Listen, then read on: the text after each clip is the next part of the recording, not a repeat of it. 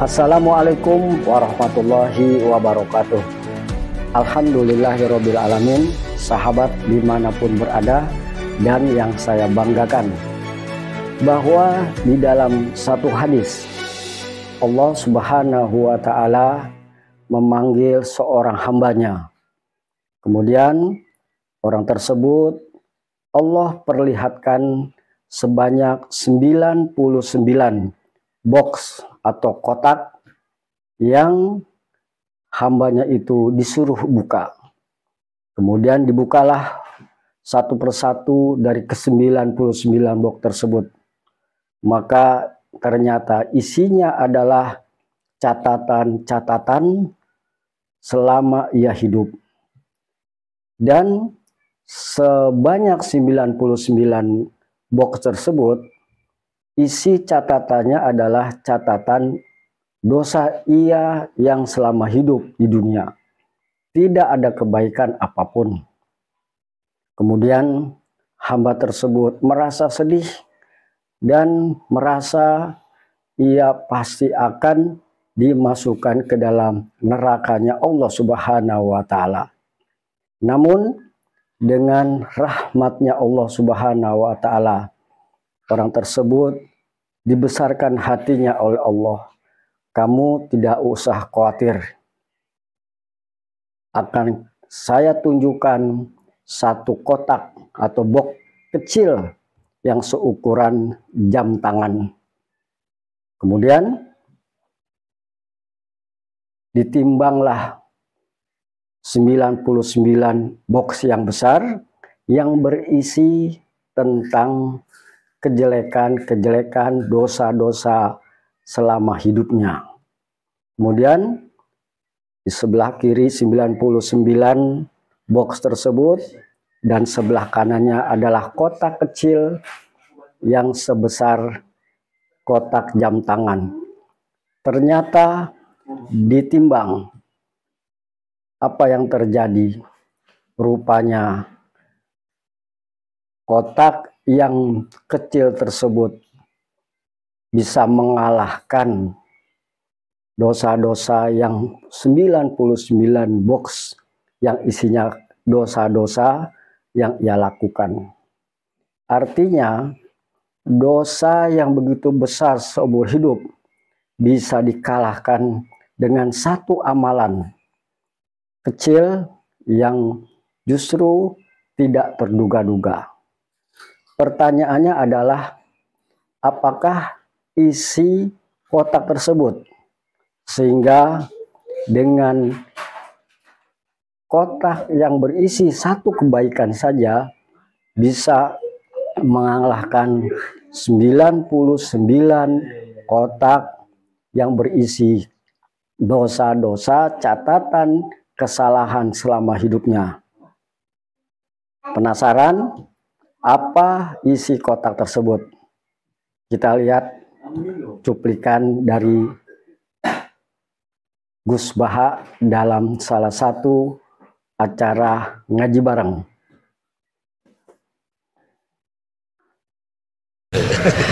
Bismillahirrahmanirrahim. Meneruskan konstruksi ayat. Misalnya begini, Anda jangan langsung menyalahkan Nabi Adam. Saya ini sering kampanye untuk membela Nabi Adam, karena banyak kiai yang cerita Nabi Adam itu salah melulu. Nanti kan kita di surga kan nggak perlu ngajukan kredit,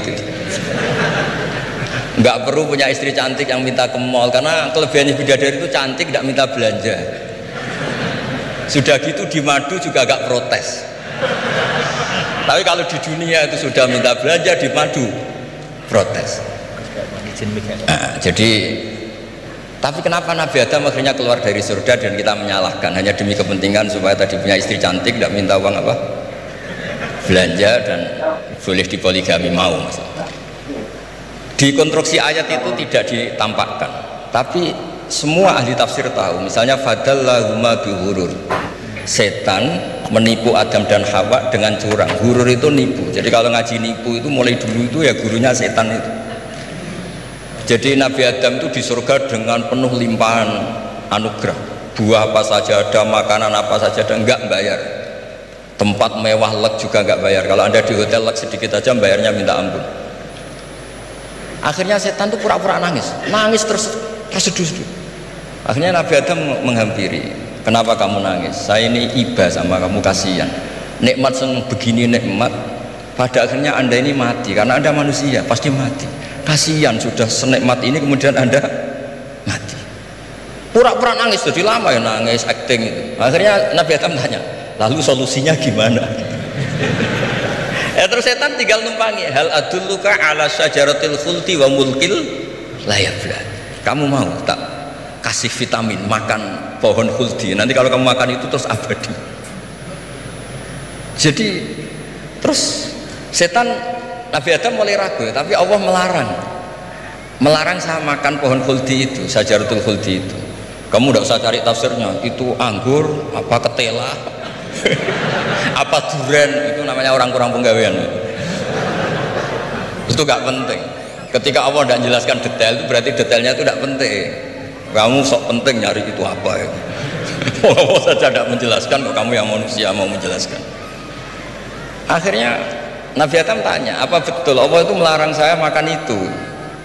Terus Allah cerita, wa qasamahuma inni lakuma laminan nasihin. Terus setan itu cerita, demi Allah saya tahu info terbaru bahwa sekarang nggak apa-apa. Jadi hukum terbaru itu. Singkat cerita Nabi Adam makan. Ketika makan, berarti setan salah karena menipu Nabi Adam, Adam salah karena makan pohon khuldi tadi. Apa yang terjadi? Allah manggil Nabi Adam, Adam kenapa kamu makan itu? Bukankah pohon-pohon yang lain, buah-buah yang lain itu cukup? Kenapa kamu makan yang saya larang itu? Terus jawab Nabi Adam ini yang unik, yang kita harus bela Nabi Adam ila yaumil qiyamah. Wa izzatika ya Rabbi ma adzunnu anna ahadan yahlifu bika kadiban. Demi kehormatanmu ya Allah, ketika engkau disebut oleh setan, saya tidak pernah mengira ada orang berani mencatut nama engkau kemudian dia bohong. Loh, ini contohnya Pak Fajar ini. Sama temannya yang paling sering bohong itu dia nggak percaya, tapi meskipun sering bohong kalau dipanggil Pak Rektor ngecek ulang apa enggak, kalau kalimatnya dipanggil Pak Rektor pasti nggak ngecek ulang, meskipun teman yang sering bohong pasti langsung nyari Pak Rektor.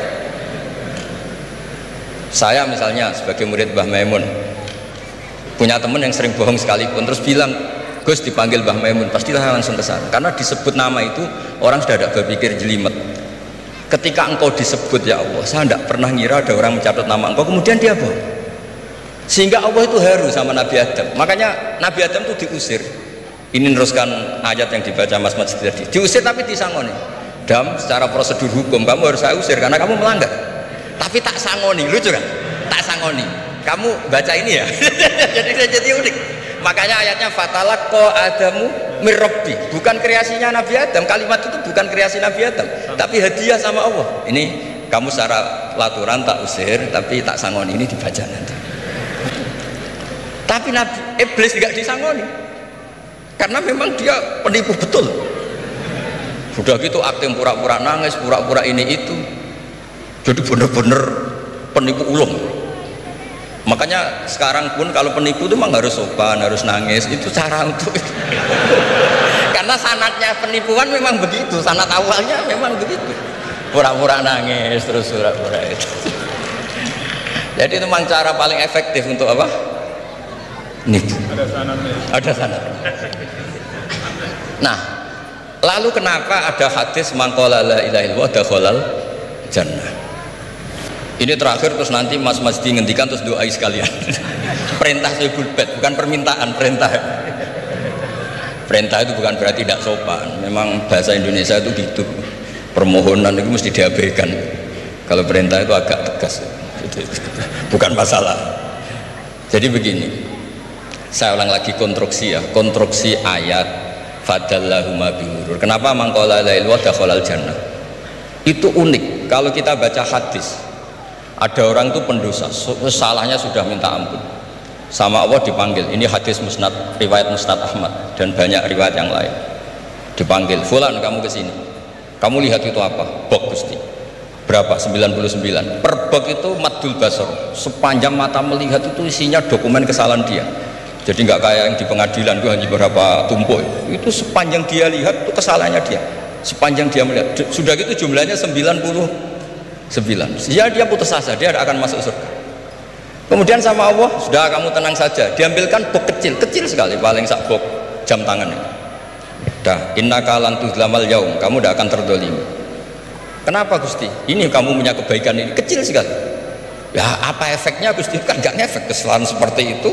Kemudian bandingannya hanya kebaikan sekecil itu. Dah kamu tenang aja. Setelah ditimbang box 99 yang jumlahnya Maddul Basor kira-kira 3 kilo sama satu wadah jam kecil, ternyata setelah ditimbang itu menang yang 1 jam kecil karena isinya la ilaha illallah. Malaikat itu gak berani. Kamu berani, ada namaku kemudian kamu abaikan. Saya dipanggil 1000 mahasiswa UII sama satu Pak Rektor, Pak Fajar. Kemana arahnya? Ke satu rektor apa ke 1000 mahasiswa yang manggil? Pak Rektor, kan ini urusan nasib. Nah ini cerita malaikat yang nimbang Pak Warsono itu diprovokasi sama malaikat yang lain. Kamu berani nggak mempertimbangkan kata Allah di situ? Wah ya tidak berani. Nah, disebut fala yaskulu ma'asmillahi ta'ala sayun, dibandingkan asma Allah itu tidak ada yang bisa mengguli. Nah, di sini terus para torekot, para apa konwiridan Allah, Allah, Allah. Tapi karena kita ini sekarang sudah tidak ngaji malah tanya gunanya apa sih menurut Allah Allah. Lu nyebut pengirannya orang-orang gunanya. Oh ini sedang nyebut Tuhannya, oh, kamu tanya gunanya apa? Kamu tak kasih uang aja tidak pernah tanya gunanya uang ini apa? Pas dijak wiridan tanya gunanya apa sih? Oh dasar orang aneh. jadi logis. Lah Nabi Adam juga sama, ketika disebut asma Allah itu nggak mikir yang lain, apa setan itu penipu apa enggak, sudah grogi yang manggil Allah langsung. Nah makanya saya mohon, kenapa kita memahami mangkana akhiru kalamihi Allah la ilaha illallah dakhalal jannah, karena dengan itu malaikat nggak berani macam-macam. Jadi nanti kalau Anda ketemu malaikat tukang hisab, ayo silahkan abaikan nama Allah. Kalau kamu berani berarti tidak malaikatnya Allah.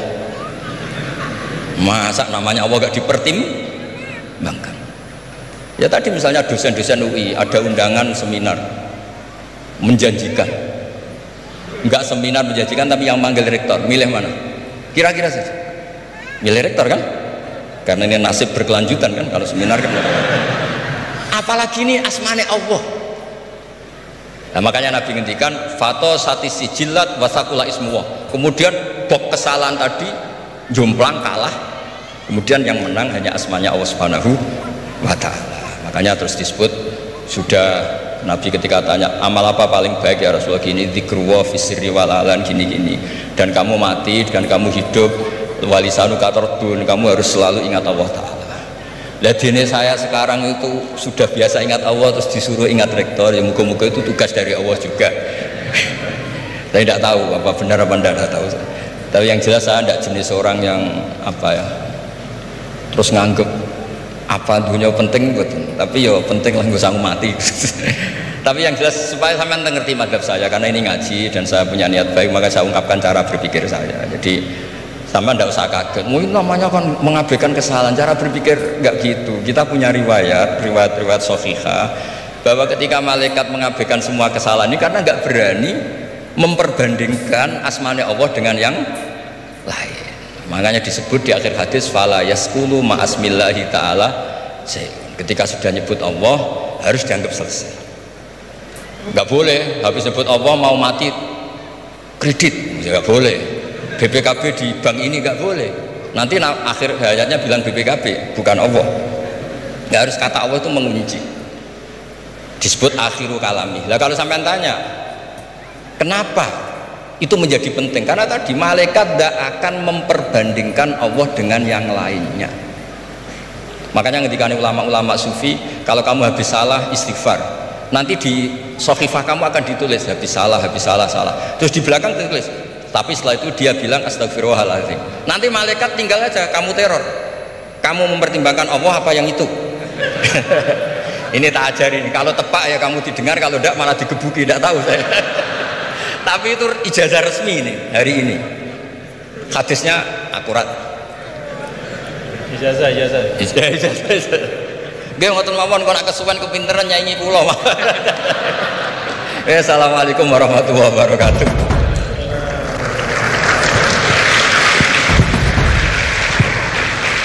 Terima kasih.